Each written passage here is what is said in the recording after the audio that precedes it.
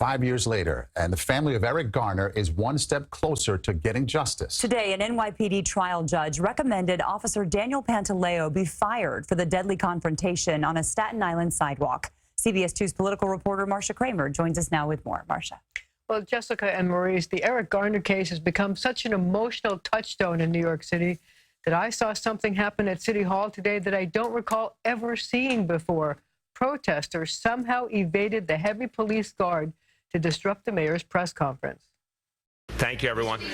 A flustered Mayor de Blasio left the heavily guarded Blue Room at City Hall just seconds after protesters somehow got inside to implore his honor to... It was just the latest expression of anger in a case that has roiled the city for 5 long years, and it came after an NYPD trial judge, Rosemary Maldonado, recommended that Officer Daniel Pantaleo be fired for using a banned chokehold on Eric Garner. Garner's daughter demanded the same thing. We've waited 5 years. CCRB has made the recommendation. Commissioner O'Neill, fire Pantaleo. Do your job. Mayor de Blasio, walking a political tightrope between the cops, the Garner family, and his presidential ambitions, after all he needs African-American voters to support him, was careful to say he personally has no authority to fire Pantaleo, and he has not told Commissioner James O'Neill what to do. I have not spoken to him, and that is because I respect this process, and I want everyone to understand this. If you believe that there's a fair and impartial process, and I do, then letting it reach its conclusion beyond reproach, beyond question, is necessary. But Police Benevolent Association President Pat Lynch charged that the fix was in. He claimed the mayor was furious that a grand jury cleared Pantaleo, furious the federal government refused to bring civil rights charges. How dare the mayor said it was a clean process?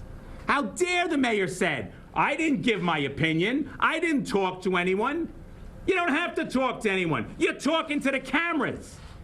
You talked to the nation the other day, and you said justice will be served for that family. You sent your message to the judge advocate. The judge's decision is not the end of the process. Both prosecutors for the Civilian Complaint Review Board and Pantaleo's lawyers will have an opportunity to respond to the findings. Then Commissioner O'Neill will rule.